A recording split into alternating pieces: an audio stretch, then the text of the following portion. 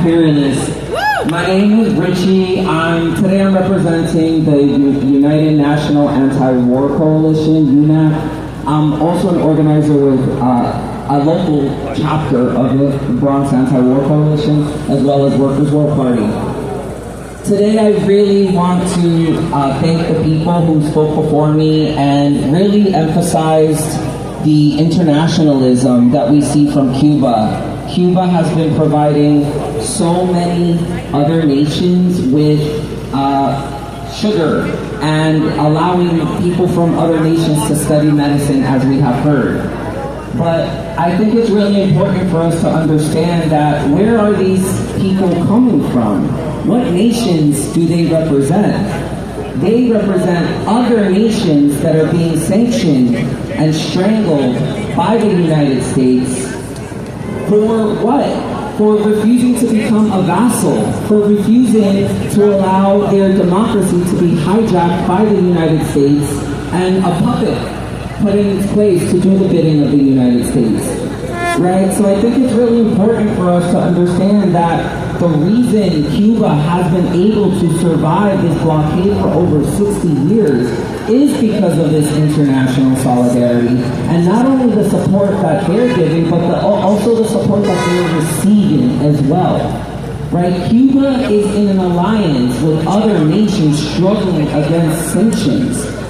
Nations like Syria, Iran, Venezuela, Nicaragua, Ethiopia, Eritrea, all of these, Zimbabwe, all of these nations are allies with Cuba, and it's really important for us to put Cuba in a broader regional and global context so that we know that, yes, we are out here showing solidarity with Cuba, but there are also other nations who are materially supporting Cuba with food, with medicines, with supplies, and we have to listen to what the Cuban representatives are saying and who they call their brothers and sisters and who they call their enemies.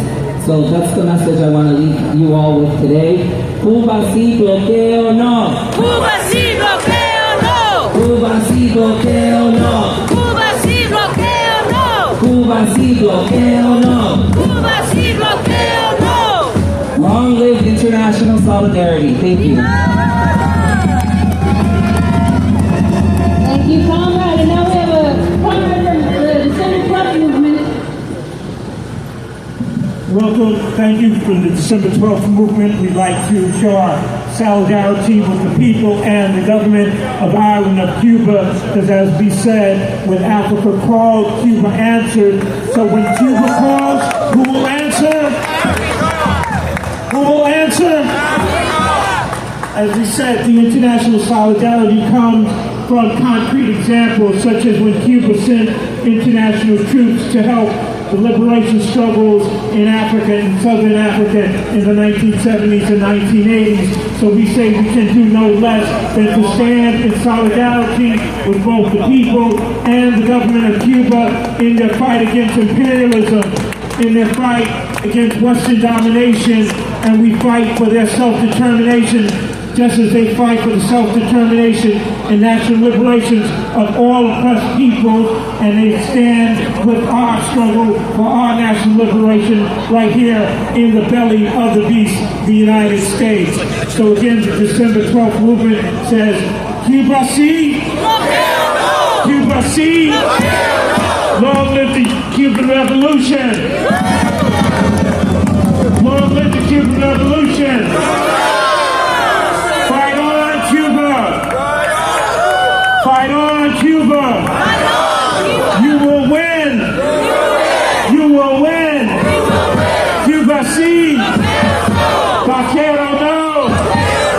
Cuba sí! Vaquero no! We will win! Thank you from the December 12th movement. Again, we stand in solidarity with all national liberation struggles for oppressed people throughout the whole world. Thank you. Cuba sí, bloqueo no. Cuba sí, bloqueo no. Cuba sí, bloqueo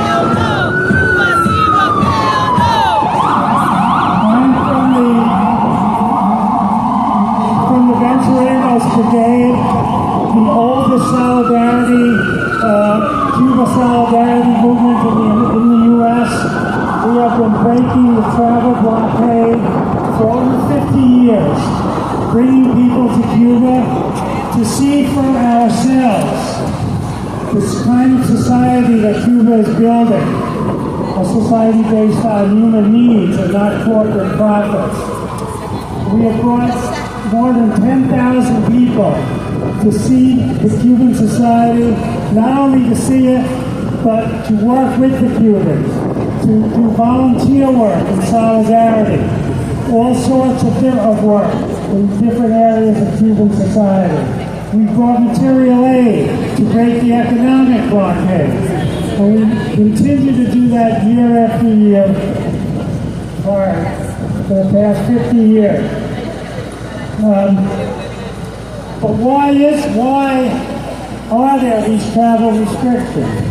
Because we know that the U.S. government doesn't want people to see what they are building there, the kind of society they're building there.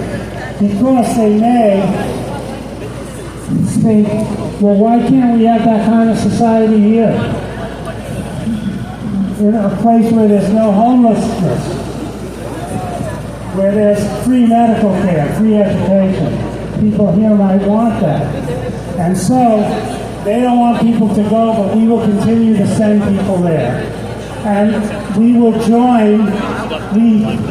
join all the different organizations that are here today and are here this week in solidarity with Cuba to demand an end to the blockade, to get the U.S. out of Guantanamo, and to get Cuba off the list of state sponsors of terrorism. And we urge all of you to come to the UN this week to witness the world saying no to the blockade. 185 or 188 countries demanding an end to this unilateral criminal blockade. So join with us this week at the UN, and join with the Vince Ramos Brigade and the other organizations that are taking people to Cuba, and see for yourselves those who haven't been here. Long live the Cuban Revolution, end the blockade, U.S. out of Guantanamo, and get Cuba off the list of state sponsors of terrorism. Thank you. Thank you all for coming. Cuba sí, blockade or no? Cuba sí, blockade or no? This is the message for all of us out here. Anybody who feels that this blockade should end, that it is not at all morally based, has nothing to do with any genuine concern for the Cuban people. That's right. Stop for a second, listen to what's going on. This blockade should end. Yes. My name is Jason Corley. I'm a member of the Cuba Sí Coalition. I'm also speaking on behalf of impacted families of police brutality. There's one family member, the sister of Pierre. She wanted to be here, but at the last minute she couldn't make it. Shayna Rose, her brother Pierre, about 2 years ago, was killed by police when he himself called 911 for medical distress. Shame. Police officers came, they killed him, 7 shots. He called for their help, they did the exact opposite. Anyway, Shayna, she stands with us and saying the blockade against Cuba should end. Right now I want to introduce a longtime anti-police brutality activist who in 2016 was instrumental in helping some police brutality impacted family members to go to Cuba to see Cuba for themselves.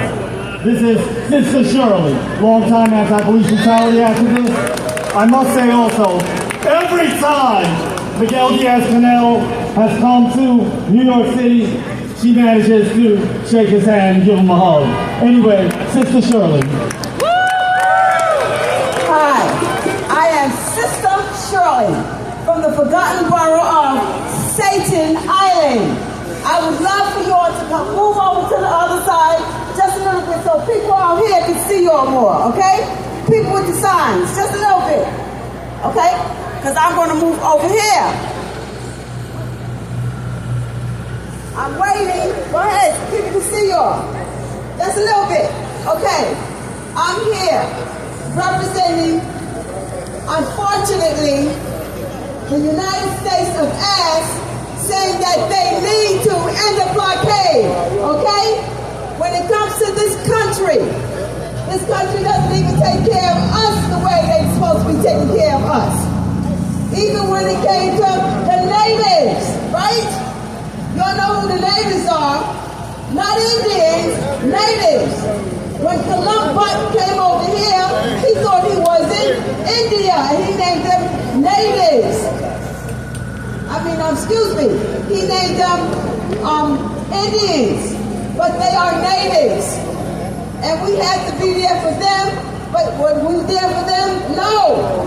So we have to be there for each other. Stolen lives of people who have gotten killed by the cops. We have to be there for them. We have to be there for the Palestinians. Just like they did to the natives, the Palestinians welcome the Europeans with open arms. The Zionists, right? Just like the natives, welcome the Europeans with open arms. But we have to be there for each other, representing and supporting each and every problem that exists in this United States of S. End the blockade now. Yes. Blockade now. Say it. Cuba sí. Blockade or no. End the blockade now. When? When? If we don't get it. If we don't get it. End the blockade now.